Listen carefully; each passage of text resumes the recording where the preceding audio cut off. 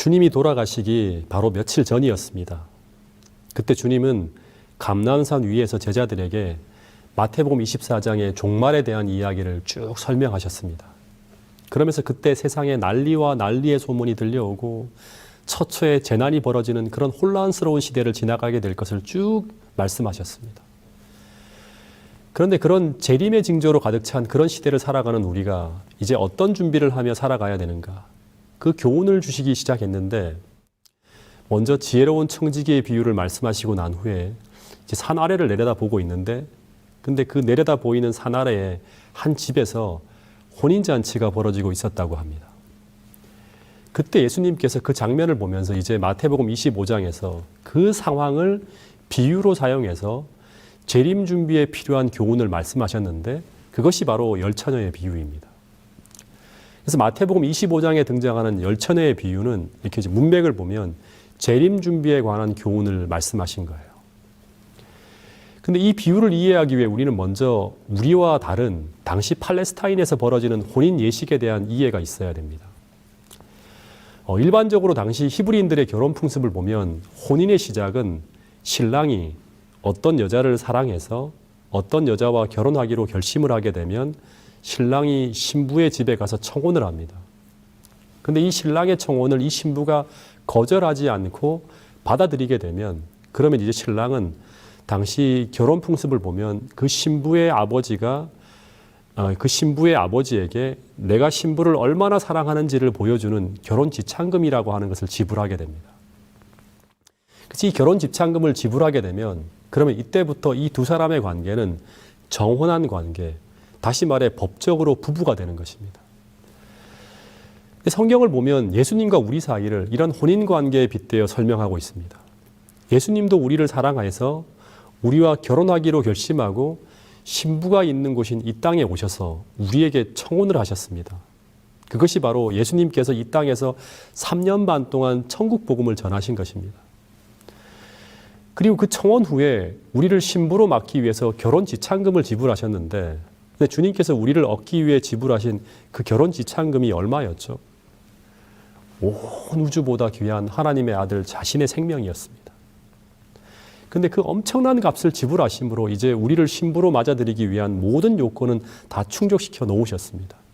그래서 누구든지 이 신랑 대신 예수님의 청혼을 받아들이기로 결심한 사람은 이제 예수님과 법적으로 정혼한 관계로 들어갈 수 있습니다. 그런데 이 땅에서 예수님과 정혼하는 그 정혼식이 무엇일까요? 혼인식은 하늘에서 열리고 이 땅에서 주님과 정혼 관계로 들어가는 그 정혼식은 뭐죠? 네, 바로 침례입니다. 침례를 받은 사람은 이제 자신을 그리스도의 신부로서 주님께 드린 것입니다.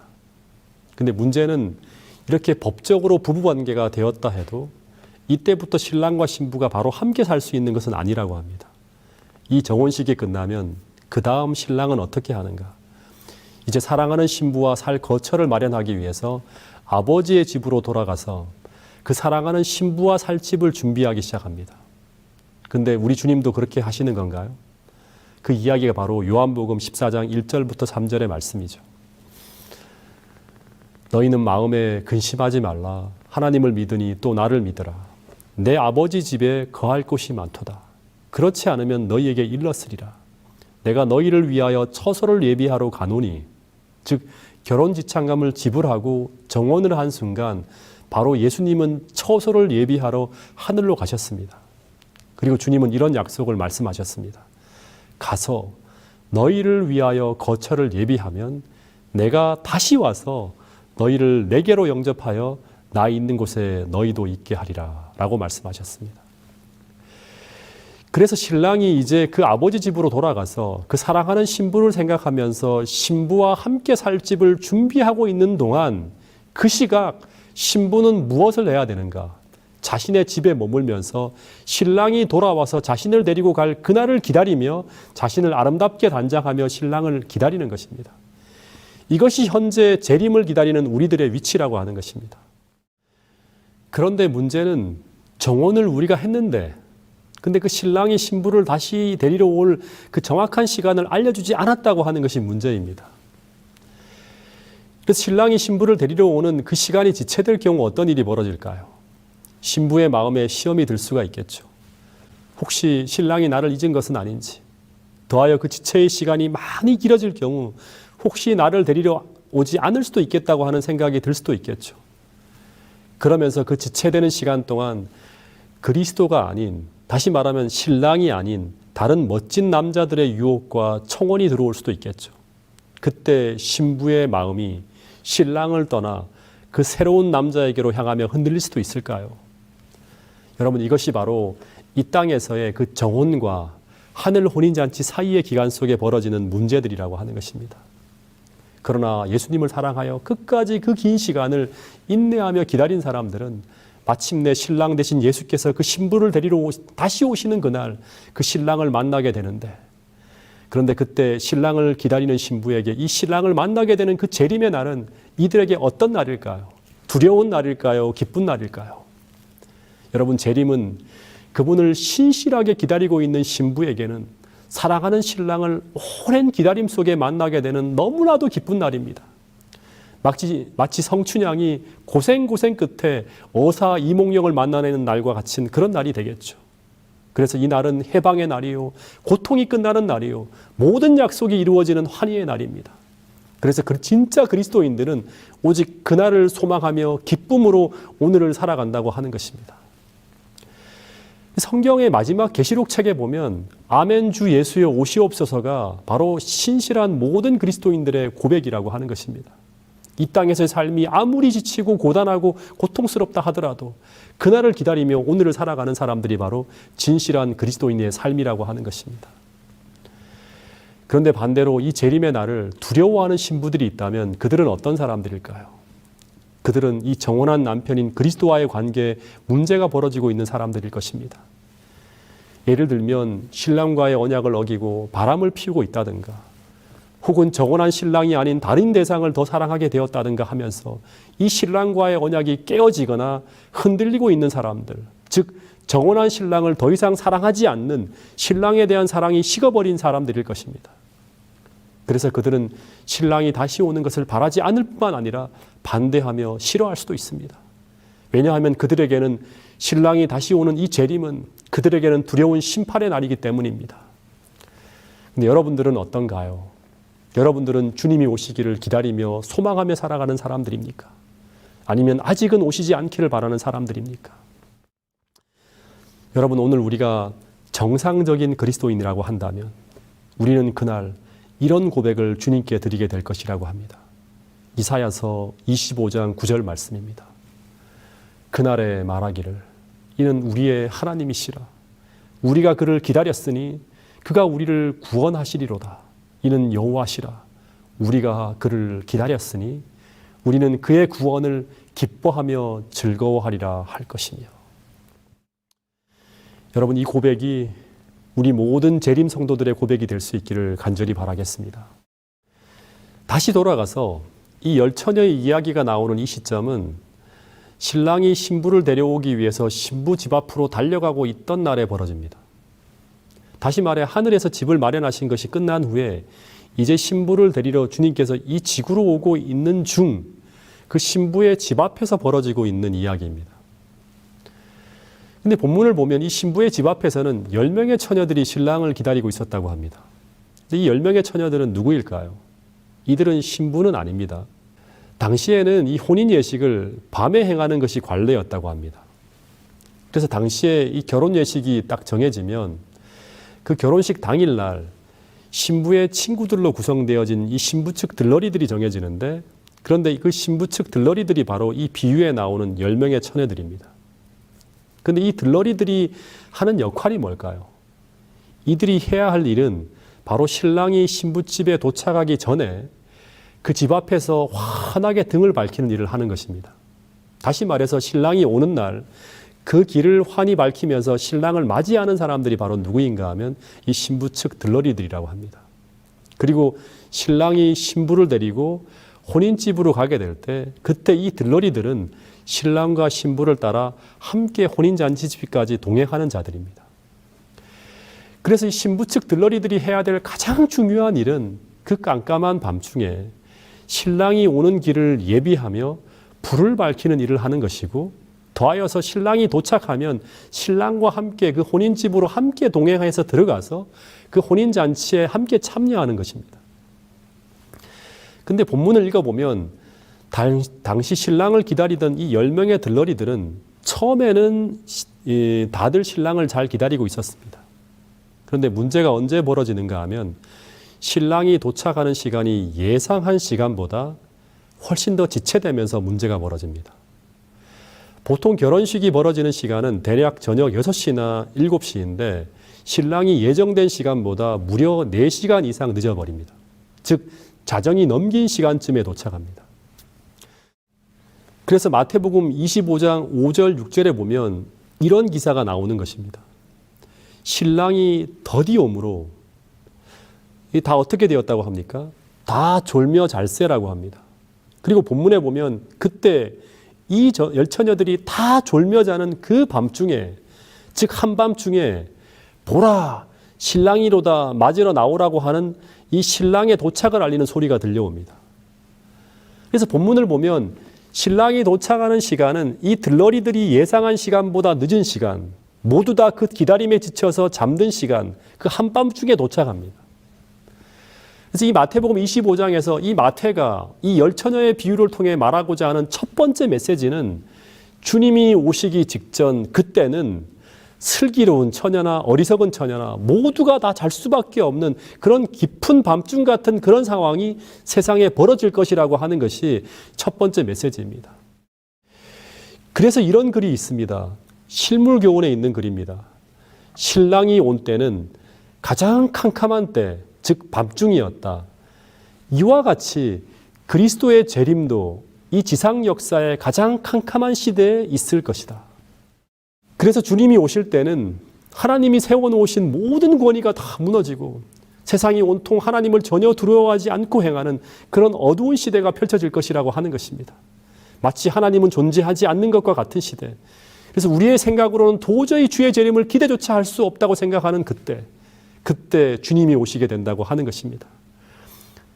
그래서 대부분의 그리스도인이라고 공언하는 사람들은 이 신랑을 기다리는 대열에서 이탈해 있을 것이고 그 대열에 있는 사람들조차도 대부분의 등은 꺼져 있을 그때 주님이 오신다고 하는 것입니다. 몇 년 전 서중환 앞에 총회 때 제가 큰 실수를 하나 저질렀습니다. 총회 대표는 총회가 끝나는 날까지 총회장에 머물고 있어야 했습니다. 그런데 조직위원 선출이 끝난 후에 저는 당시 제 연차가 너무 낮고 그래서 제가 선거위원으로는 뽑히지 않을 것이라고 하는 생각으로 조직위원 선출이 끝난 후에 전 이제 그날 총회 일정이 다 끝났다는 생각을 했습니다. 그래서 그 근처에 사는 어떤 집사와 같이 저녁을 먹기로 약속을 하고 총회장을 빠져나왔습니다. 그래서 태계원에서 저녁 식사를 하였는데 근데 저녁 식사 후에 차도 마시자고 해서 태계원에서 더 벗어나서 이제 팔당 쪽으로 찻집을 찾아서 이제 이동하기 시작했습니다. 즉 저는 총회 대표로서 지켜야 될 그 총회장에서 점점 더 멀어져 가고 있었던 것입니다. 느긋한 마음으로 이제 팔당 쪽으로 차를 몰고 가고 있었는데 제 휴대폰으로 전화 한 통이 걸려왔는데 그 내용이 뭐냐 그러면 재훈이 형 지금 어디냐고 하는 묻는 전화였습니다. 이 목소리를 들어보니까 이 총회장에 있던 제 동기 목사였습니다. 저는 이제 편안한 마음으로 난 지금 팔당 쪽으로 이동 중이다라고 하면서 장난을 막 치며 전화를 받았습니다. 근데 그 동기 목사가 제게 하는 말이 형 당장 돌아오라고 하는 것입니다. 왜냐하면 지금 형이 선거위원으로 뽑혔다고 하는 것입니다. 그래서 처음에는 장난을 치는 줄 알고 웬 장난이냐고 하면서 제가 그렇게 받았는데 그 동기 목사가 정색을 하면서 하는 말이 어떤 말인가 하면 형 정말 그 형이 선거위원으로 선출되어졌다고 하는 그런 말을 하는 것입니다. 근데 그 말을 듣는 순간 큰일 났다고 하는 생각이 번뜩 들었습니다. 다시 말해 전혀 예상치 못한 상황이 도래한 것입니다. 그러면서 하는 말이 다급하게 돌아오는데 얼마쯤 걸리냐고 하는데 근데 제가 지금 총회장에서 상당히 먼 거리를 벗어나 있어서 빨리 돌아간다 하더라도 30분 이상은 좋게 걸릴 것이라 같다고 하는 그런 말을 하니까 그 동기 목사가 하는 말이 지금 선거위원 40명이 전부 형을 기다리고 있으니 알아서 하라고 하는 것입니다. 다시 말해서 이 40여 분이 제가 돌아올 때까지 아무것도 하지 못하고 저를 기다리고 있다고 하는 것입니다. 그 말을 듣는 순간 뭐라고 형언할 수 없는 낭패감이 몰려오는 것입니다. 그리고 그때부터 저는 정신없이 차를 돌려가는데 정말 너무너무 당황스러운 그런 마음으로 그 총회장에 돌아갔던 기억이 납니다. 마찬가지로 여러분, 신랑이 오는 상황은 전혀 예상치 못한 날, 다시 말해 우리의 모든 긴장감이 풀어지고 우리가 도저히 그렇게 될 것이라고는 상상도 하지 못하는 그때 보라 신랑이로다 맞으러 나오라는 그런 소리가 들릴 것이라고 하는 것입니다. 그래서 우리는 아무리 주의 재림이 지체할 것처럼 보인다 하더라도 재림교인으로서 주님과 언약한 그 약속된 자리를 절대 이탈해서는 안 된다고 하는 사실을 우리 모두가 기억할 수 있게 되기를 간절히 바라겠습니다. 그런데 본문에 보면 이 신랑의 도착을 알리는 그 밤중 소리가 들려올 그때, 이 본문에 보면 이 열처녀는 등불이 꺼져버렸든지 아니면 가물가물하든지 했을 것입니다. 그런데 이 신랑이 도착한다는 밤중 소리가 막 들려올 때, 그때 즉시 다시 등에 등불을 밝혀서 신랑을 맞으러 나가는 처녀들이 있었는데, 그들은 어떤 사람들이었는가 하면 오랜 시간 등불을 밝힐 수 있는 넉넉한 기름을 준비한 사람들이었습니다. 그래서 그들은 꺼져가는 그 등불의 등에다가 다시금 여분의 오일을 다시 등에다 부어서 등불을 환하게 밝히면서 신랑을 맞으러 나갔다고 합니다. 그런데 또 한 부류의 처녀는 다시금 등에 불을 밝히려 했지만 등이 다시 꺼져가는 것입니다. 그 이유는 무엇 때문인가 하면 이 등불을 밝힐 기름이 없었기 때문이라고 하는 것입니다. 그래서 그들은 슬기로운 처녀에게 요청을 합니다. 뭐라고 하는가 하면 우리의 등불이 꺼져가니 너의 기름을 나누어 달라고 그런 요청을 합니다. 그런데 지혜로운 처녀들의 반응이 기가 막힙니다. 그 기름을 나누어 줄 수 없다고 하는 것입니다. 그러면서 하는 말이 기름을 파는 데 가서 사라고 하는 것입니다. 그런데 이 여분의 기름을 준비하지 못한 이 어리석은 처녀들은 결국 그 기름을 사러 가려고 하다가 혼인집에 들어가는데 실패하는 것으로 이야기가 끝이 납니다. 그래서 이 비유를 통해 하나 알 수 있는 것은 종말에 우리는 이 두 종류 중에 한 신앙인으로 나타나게 됩니다. 그런데 지혜로운 다섯 처녀와 어리석은 다섯 처녀는 결정적으로 무엇으로 구분되어지는가 하면 먼저 이들은 똑같이 다 등을 준비하며 신랑을 기다리고 있었습니다. 이 등은 무엇인가 하면 시편 119편 105절에 보면 하나님의 말씀입니다. 그래서 이들은 평소에는 둘 다 등을 준비하고 있었기 때문에 차이가 없어 보입니다. 다시 말해 어리석은 처녀나 슬기로운 처녀나 모두 다 평소에는 전부 다 교회도 잘 다니고 있고 그리고 재림을 기다린다고 공언하고 있었고 또 말씀에도 정통한 것처럼 보이는 자들이었습니다. 그런데 재림이 지체되는 것처럼 상황이 흘러갈 때 그때 슬기로운 처녀와 어리석은 처녀가 구분되어집니다. 어떻게 구분되어지는가? 바로 그 꺼져가는 등불을 계속 밝힐 여분의 기름을 준비한 자들과 그렇지 않은 자들로 구분되어진다고 하는 것입니다. 그래서 이 열처녀의 비유에서 오늘 우리에게 교훈하는 정말 중요한 기별은 그 신랑이 오기 직전, 특별히 그 지체의 시간, 곧 환난의 때를 대비해서 오늘 그때 필요한 기름을 준비해야 된다고 하는 것입니다. 그러면 정말 중요한 것은 어떻게 하면 이 성령을 우리의 영적 기름통에 채울 수 있을까 하는 것입니다. 이 기름을 채우는 것은 성령으로 채우라고 하는 것인데 도대체 무엇을 채우라고 하는 것일까요? 성령은 정말 우리의 영적 기름통에 채워질 수 있는 것일까요? 실물교훈에 보면 이런 글이 적혀 있습니다. 주의 뜻을 알기만 하고 행하려 하지 않는 자들에게는 언제나 성령의 잔은 비어 있을 것이라고 말하고 있습니다. 즉, 이 말은 어떤 말씀인가 하면 우리가 믿음으로 살아가는 가운데 성령께서 나와 함께 하시는 그 경험들이 날마다 채워져서 그것이 흘러넘치게 하라고 말씀하고 있는 것입니다. 즉, 오늘 내가 내 힘으로 살아가는 것이 아니라 아침마다 하나님께 내 자신을 드리고 그분이 주시는 그 능력으로 살아가는 것이 실제적인 경험이 되게 하라고 하는 것입니다. 즉, 그런 삶을 오늘 더 깊고 더 온전하고 더 진실하게 경험하며 살아가야 한다고 하는 것입니다.